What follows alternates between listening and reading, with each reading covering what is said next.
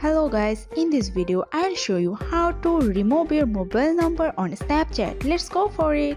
First of all, open up Snapchat, tap on your profile and go to settings options, and here is your mobile number options. If everyone can see your mobile number, it will be harmful for you, so we can just remove them and no one will see them. So okay, let's go for it. First of all, tap on here and here is the options for you. Let others find me using my mobile number. So I don't want it because if everyone knows this, like everyone will be disturbed. It's disturbed for me, and so I don't want it. So I just tap